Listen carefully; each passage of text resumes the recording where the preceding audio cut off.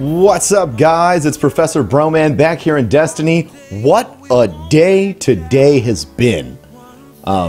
Huge dump of information about the Taken King from Game Informer. We're going to go over some highlights and address the primary concern that I heard on today's stream.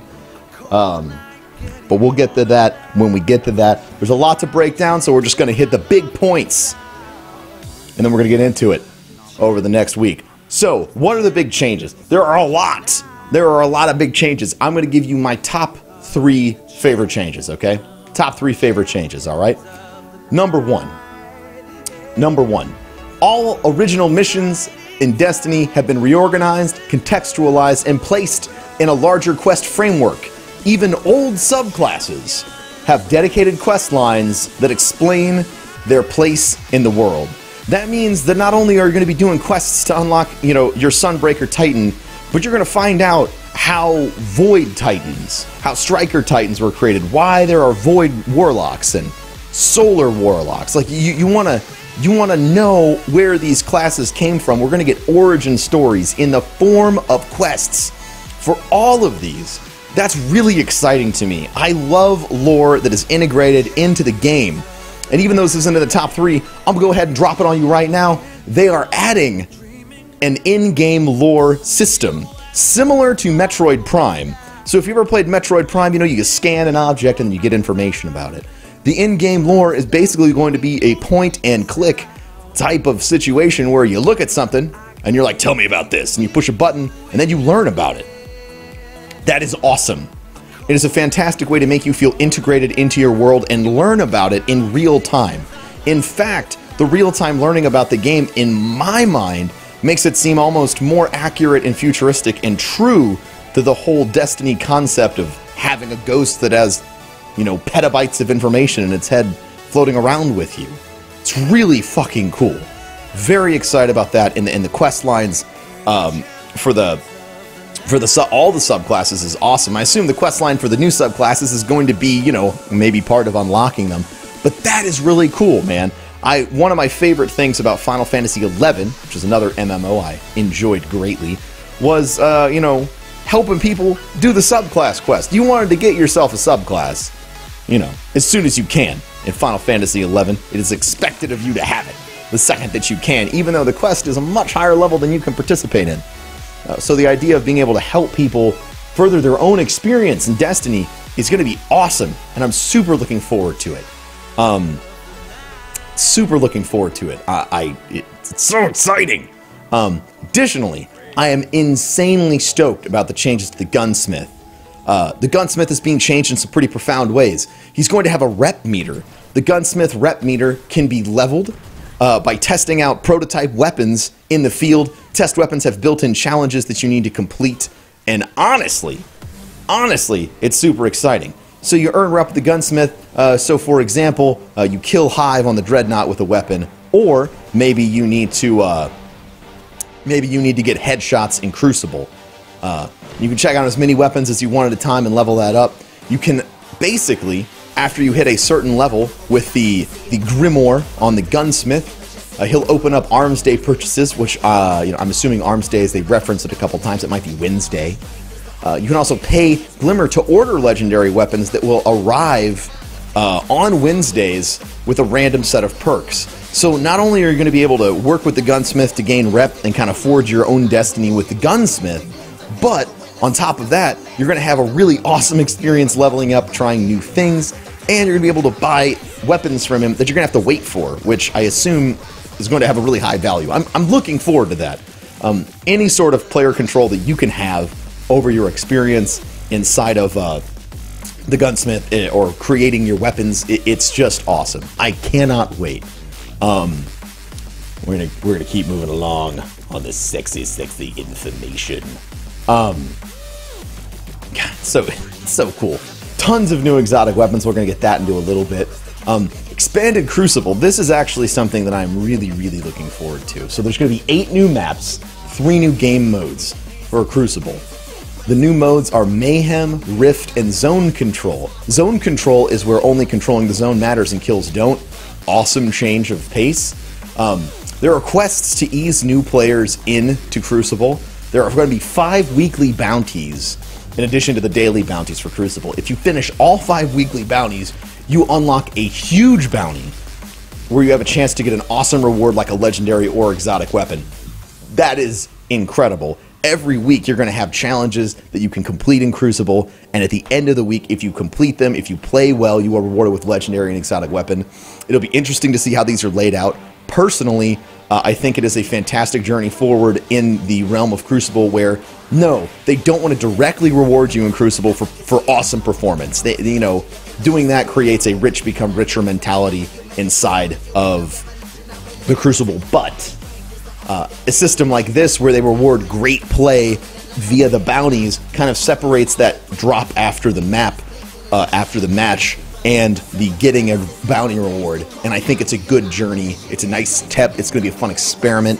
Hopefully it works out as planned. If not, it'll be super butts. But I'm looking forward to it. I think it'll be good. There's going to be better matchmaking for skill and connection, which means they're going to take into account more a player's skill than they already do, and they're going to take into account players' connection, which is super important. Hopefully this means less less red bar lobbies for folks, more fair play, I suppose you could call it, because no one likes to play games against people where they just get shit stomped. People really like playing games where they feel competitive and the match feels close. Also, they're going to implement a mercy rule in Crucible, where if you are getting dramatically crushed, the match will end early to preserve players' sanity and their KD.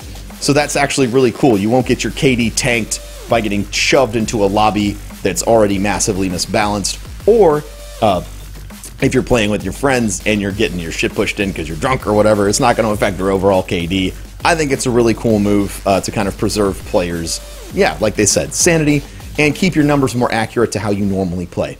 Very, very cool. And this is honestly what I'm the most excited about. You guys know me. You know I love raiding, things like that. It's my favorite. I'm definitely getting more into the Crucible side of things as of late, but this is what really, really excites me. The way they're integrating and tying together the story for the game. So there's going to be 8 or more lengthy story missions that are seamlessly integrated inside of the strikes, which is kind of something we've already seen, in addition to public events, the class quests that we mentioned earlier, and eventually the raid, which is called the King's Fall. Basically, completing the story is going to bring you through not only the story of the Taken King, but the character progression of the Taken King as well. After you complete the main storyline, you gain access to the Taken War, a harder, narrative-driven version of the missions. RIP! Harder, narrative version driven missions that have been revised using old locations, such as the Vaults of Glass. I undertook a mission to the Vaults of Glass. This is the guy from Game Informer speaking. I undertook a mission to the Vaults of Glass called Unsealed Paradox, which finally provides some answers regarding the fate of Praedyth. So not only are these new missions and the Taken War and everything going to be unlocked as you progress, but the Taken King is actually going to flesh out the kind of paper-thin story that Destiny has had up to this point. There are so many awesome possibilities coming. There's a lot more information. I just wanted to hit you with my top 3 things that I'm excited about in the Taken King real quick, so you guys know kind of where I'm at, what I'm looking forward to, what I think are super fun changes. Really, really looking forward to it, guys. Really looking forward to it. There's going to be so much information coming out, and as always, it's exciting as all of this information is. Bungie always hangs on. Always hangs on. They keep a few things up their sleeve for the final release of content. So it's going to be really interesting with all this hype floating around to see what will still not be revealed until the gameplay launch. I am so excited about the Taken King. It seems like Bungie is really taking a strong step in the right direction. They're moving away from a lot of conventions that they have instilled in the game that have created a imbalance, player disdain, stuff that people don't like doing because it just sucks, and moving toward a lot of potential solutions in the Taken King. I think Destiny Year 2 is looking pretty bright. It's looking pretty fun and pretty awesome. I cannot wait to see what the end product looks like, and I know that you're going to be right along there with me.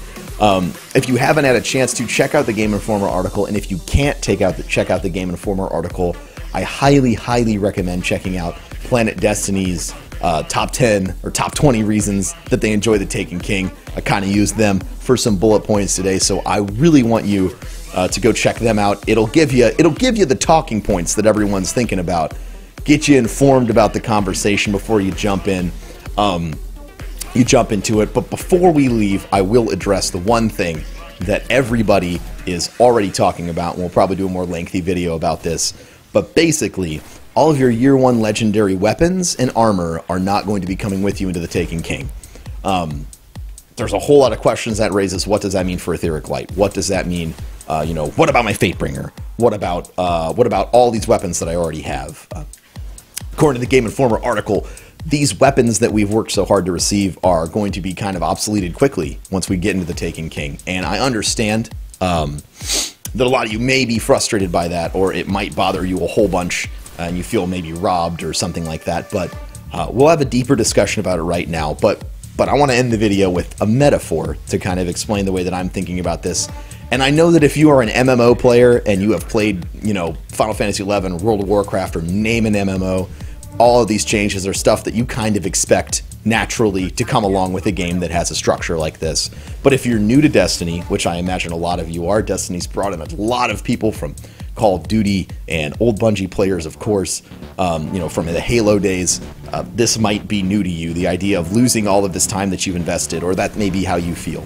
But let me explain it like this. If you think about Destiny as a journey, let's say it's a 10-year journey, so we'll call it a 10-mile walk.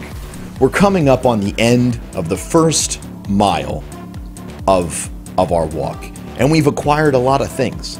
We've held on to a bunch of stuff from the first walk.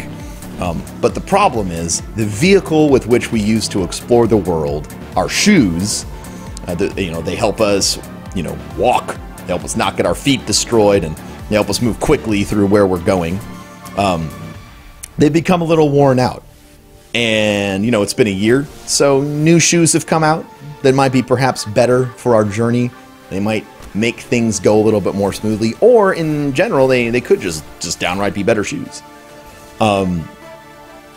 So even though these wonderful shoes, these wonderful vehicles of exploration and destruction that we've had in our first year are near and dear to us, all of the legendary weapons are going to be exchanged for new shoes. We're going to get new legendaries that have just as much value and purpose to us as our Fatebringer or our Vision of Confluence, or name a legendary that you like. The good thing is, the treasures that we've acquired along our first walk, our first mile in Destiny, they're going to stay with us. Your Yallarhorn, your Last Word, your Thorn, your Queenbreaker's Bow, your name a thing that is exotic. They'll stay with you. They're going to stay with us until the end of the journey on Destiny. But the legendaries, they will stay kind of at the end of the first mile as a monument to our experience and our effort and our time. I always look forward to big changes in MMOs. So it's time for us to start year 2, or it will be time for us to start year 2 with a walk down a new road with a new set of weapons that we all will learn to grow and love and fight over and wish that we had, etc. But that's about it for me today, guys. Thank you for watching. Thank you for letting me hit you with the bullet points. I wish I could figure out... Oh, we got one more guy. Thank you for letting me hit you with the big bullet points for the changes today. We're going to go more in depth about the value and the necessity of the change, especially when it comes to the legendary stuff. Know this: